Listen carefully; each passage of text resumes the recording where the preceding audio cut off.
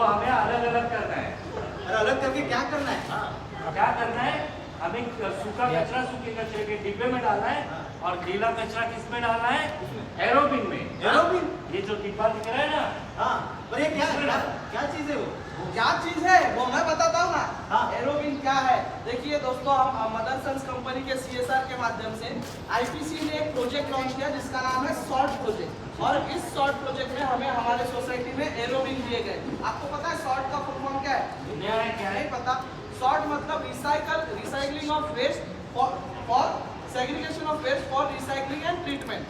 मतलब सूखा कचरा गीला कचरा अलग करना है ताकि उसे अलग अलग पद्धति से और एकदम योग्य पद्धति से उस पर ट्रीटमेंट करके उससे कुछ नई चीज बनाई जाए, इसलिए अलग अलग करना होता है। और हाँ, इसमें अगर हम गीला कचरा डालते हैं तो एक बात का ध्यान रखना है, जो फलों के छिलके होते हैं, सब्जियों के छिलके, उसे हम डायरेक्टली डाल सकते हैं। और जो हमारे घर में पका हुआ खाना होता है जो बच जाता है उसमें पानी की मात्रा ज़्यादा होती है, इसलिए उसे अच्छी तरह से छानना है, पूरी तरह से उसमें से पानी निकालना है और फिर ही एरोबिन में डालना है। लेकिन भाई वो पानी अलग करके क्यों डालना है? क्योंकि अगर हम पानी के साथ में इसमें कचरा डालेंगे तो इसमें भी पानी की मात्रा बढ़ेगी और पानी से फिर हमारे पूरे सोसाइटी में दुर्गंध फैलेगी और तो और उसमें मच्छर पलेंगे और फिर वही मच्छर हमें बीमार कर देंगे, डेंगू मलेरिया टाइफाइड जैसी बीमारियां देंगे।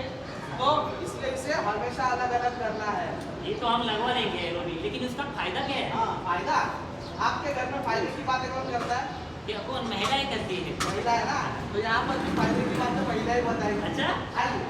हाँ, पिछले साल मदरसन्स और IPCA ने शॉर्ट प्रोजेक्ट की शुरुआत की थी और हमारे सोसाइटी में एक ही साल में मैजिक हुआ मैजिक, इसलिए मैं इसे मैजिकल बीन कहती हूँ। मैजिक? लेकिन ऐसा क्या मैजिक हुआ? अरे पहले मैं ना गीला कचरा सूखा कचरा एक ही डिब्बे में डालती थी, लेकिन जब से प्रोजेक्ट शुरू हुआ है ना तब से सूखा कचरा अलग और गीला कचरा छान के मैं इसमें डालती हूँ और ऊपर से सही मात्रा में कोकोपीट डालेंगे ना तब कंपोस्ट यानी कि खाद तैयार होता है। जो खाद हमारे जो गार्डन के पेड़ पौधे या फिर हमारे गैलरी के पेड़ पौधे ना उसके लिए बहुत उपयुक्त है।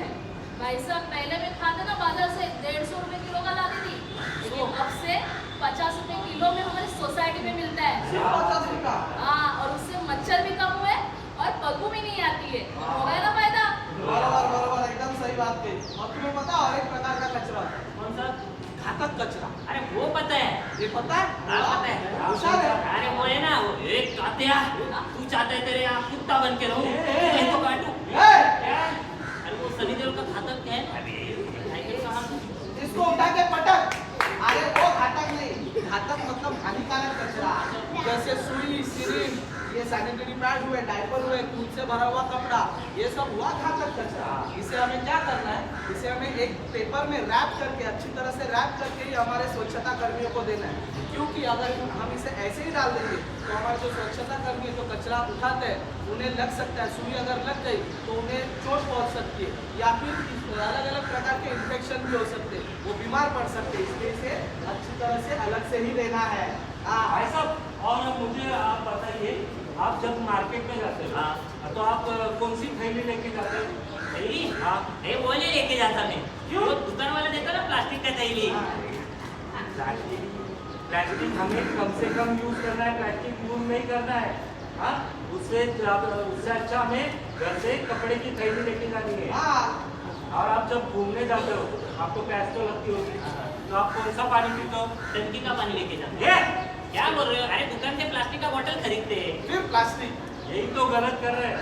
हमें प्लास्टिक की बोतल नहीं यूज करनी है, हमें घर से स्टील की बोतल कैरी करनी है। मुझे एक बात बताइए, वो प्लास्टिक की थैली या फिर प्लास्टिक की बोतल आप क्या करते हैं यूज होने के बाद? यूज होने के बाद घर तो नहीं लेके जा सकता, फिर यही फेंक देते हैं। हाँ, ऐसे ही फेंक देते हैं। फिर वो पानी में बह के नाले में जाके फिर वो चौकअप हो जाता है। फिर 26 जुलाई जैसा दिन हमें देखना पड़ता है आप लोगों की वजह से। इसलिए प्लास्टिक का यूज बिल्कुल ना करें और वन टाइम यूज प्लास्टिक को पूरी तरह से बैन कर दी जाए, समझे? हाँ, तो अभी हमें क्या करना है? अभी क्या करना है? हमें गीला कचरा सूखा कचरा अलग अलग करना है। सूखे कचरे को नीले कलर के डब्बे में यानी सूखे कचरे के ही डब्बे में डालना है और गीले कचरे को हमारे खास एरोबिन में डालना है, जिससे हमें कंपोस्ट मिले और वही कंपोस्ट हम अपने सोसाइटी में, अपने गैलरी में और अपने शहर में यूज करके हमारा शहर हरा भरा कर सकते हैं ताकि ग्लोबल वार्मिंग भी कम हो। इसलिए दोस्तों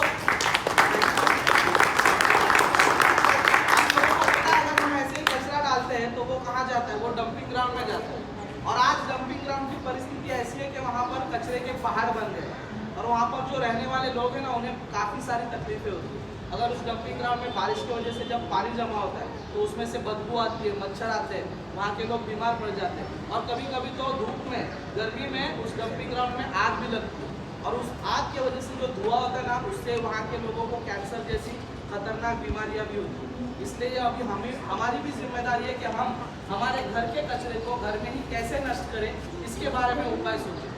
अब सूखे कचरे को हम कैसे नष्ट कर सकते हैं? 3 पद्धति है, रिड्यूस, रीयूज और रिसाइकल। रिड्यूस मतलब कम से कम हमें कचरा पैदा करना है, सूखा कचरा, और ये कैसे हो सकता है? रिसाइकल और रीयूज के वजह से। अगर हम जो सूखा कचरा है, जो जिसे हम कचरा मानते हैं जबकि वो कचरा है ही नहीं, जैसे पेपर हुआ, कुत्ता हुआ, ये अगर हम जमा करके भंगार वाले को देंगे ताकि तो हमें 1-2 पैसे मिलेंगे। अगर हम कोई ऐसी चीज़ हो जिसे हम पुनः इस्तेमाल कर सकते हैं तो उसे यूज़, ये टेक्नोलॉजी यूज़ करके हम इस्तेमाल कर सकते हैं। और जो कचरा जिसे हम पुनर्जीवन दे सकते हैं तो उसे पुनर्जीवन देकर उससे एक नई चीज़ बना सकते हैं। इससे हम रिसाइकलिंग का भी एक पद्धति यूज़ कर सकते हैं और गीले कचरे को इस एरोबिन में डालकर हम खाद बना सकते हैं। तो दोस्तों ये जो नई शुरुआत है, ये जो एक अच्छी आदत है, इसकी शुरुआत हमें खुद से करनी है। इसलिए सबसे पहले अपनी सोच को बदलना होगा और खुद को बदलना होगा। क्योंकि किसी एक शायर ने कहा है कि लहरों की कसम, मौजों की कसम, ये ताना बाना बदलेगा। लहरों की कसम, मौजों की कसम, ये ताना बाना बदलेगा। तू खुद को बदल, तू खुद को बदल, तभी तो ये जमाना बदलेगा, तभी तो ये जमाना बदलेगा।